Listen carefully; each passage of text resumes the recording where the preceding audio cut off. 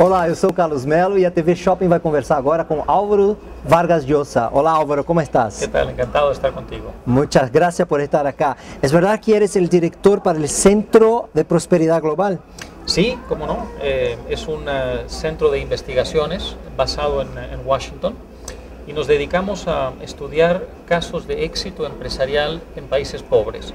Empresas que han surgido de la pobreza, a veces de la extrema pobreza, y que en un tiempo relativamente corto han logrado generar riqueza. Y queremos estudiar cómo y por qué existe ese fenómeno. Además, periodista también. Así es, soy periodista, escribo columnas, he hecho televisión. Y libros. Y libros, escribo libros, o sea que tengo poco tiempo para aburrirme. O Álvaro, o que ele faz? Ele é o diretor do Centro para Prosperidade Global. Ele está em Washington e eles estudam e fazem pesquisas sobre a prosperidade, como países, como regiões e sociedades mais pobres alcançam o desenvolvimento e conseguem chegar na riqueza. Ele também é jornalista e ele também escreve livros, sempre baseado no tema do desenvolvimento e no tema da economia.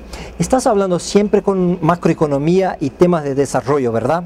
Normalmente, no solamente, pero mi énfasis principal está en el tema del desarrollo, es decir... ¿Podemos hablar un poquito sobre eso entonces? Por supuesto, claro que sí. ¿Te puedo preguntar sobre Brasil? ¿Cómo no? ¿Cómo anda la macroeconomía brasileña y este desarrollo en el mercadeo de shopping centers? Bueno, es uno de los casos de éxito más notables de los últimos años en toda América Latina y yo diría que incluso más allá de América Latina, es decir, como región.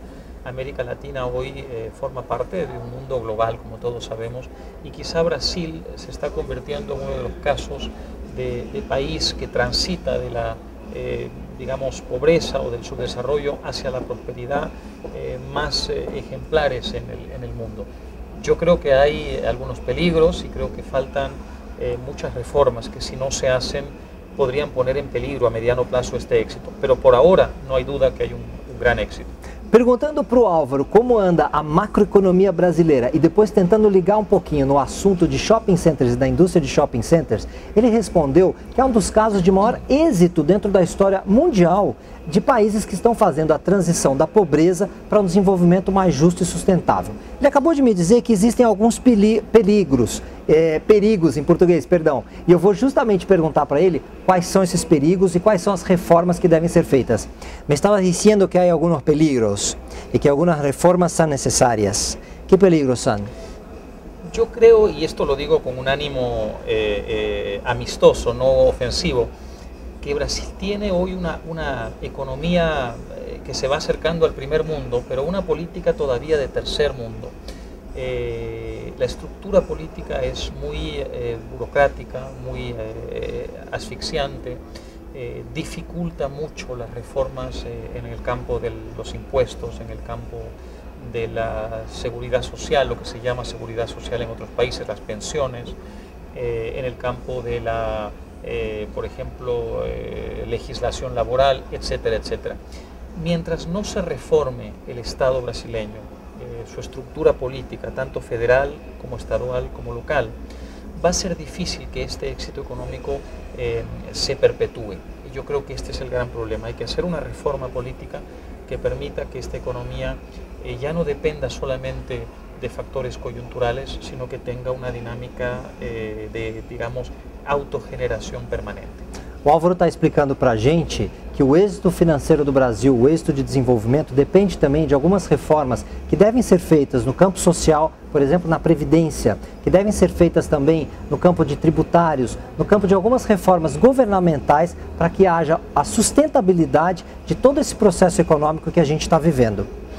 Álvaro, recién escribió un libro que se llama...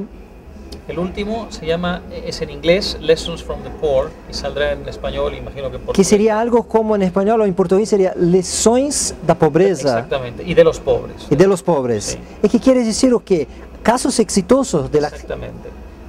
Por ejemplo, para dar un ejemplo, estudié un caso en Perú, una familia muy pobre que vivía en los Andes, en la parte andina, algunos de los cuales eran analfabetos, que no habían tenido acceso a educación, y que inventaron una fórmula química para una bebida no alcohólica.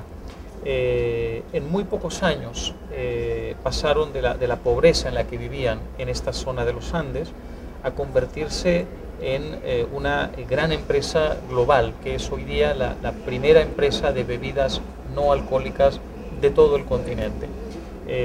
Esto lo hicieron no gracias al Estado peruano, sino a pesar del Estado peruano, gracias a su imaginación, inventiva, esfuerzo de superación, capacidad competitiva. Entonces la lección es esta: hay una reserva empresarial en todas nuestras sociedades, hay un potencial verdaderamente de primer mundo desde el punto de vista empresarial.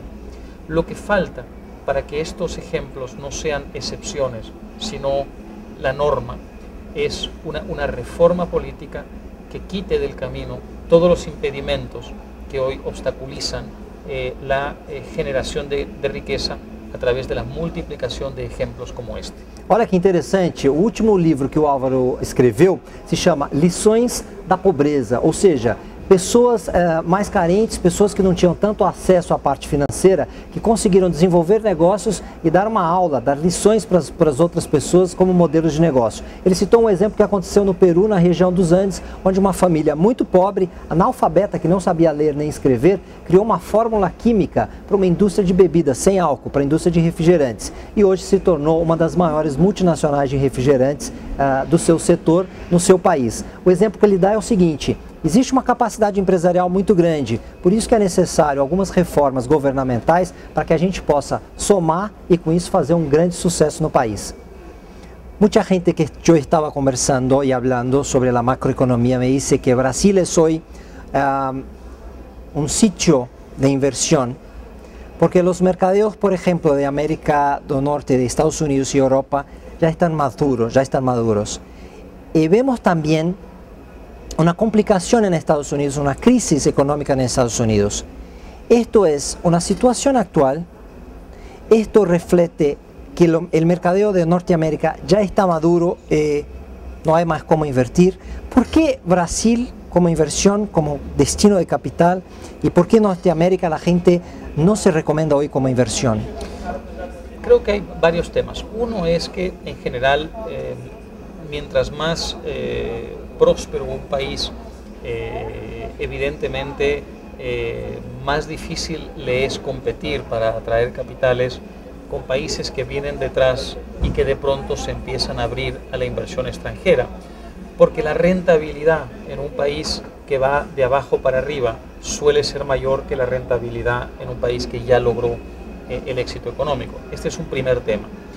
Otro tema es que hoy en día hay muchos países del mundo que se han convertido en fuentes de capital para países como Brasil. Es decir, hoy en día un país como Brasil ya no depende solamente de los capitales que puedan venir de una sola potencia. Hay un espectro más diversificado. Esto permite hoy que cuando un país como Estados Unidos entre en, no recesión, pero sí desaceleración económica, muy bien, haya otras fuentes de capital. Y por último, diría también que hay que tener en cuenta lo siguiente: a pesar de que está entrando mucho capital a Brasil y a otros países, solamente el 20% del stock mundial de capital de inversión extranjera viene a los países en vías de desarrollo. Por tanto, la competencia es feroz.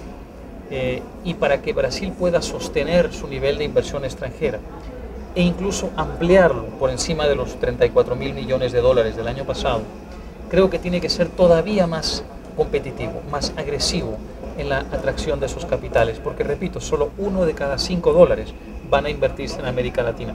Todavía 4 de cada 5 dólares se invierten en los países más desarrollados.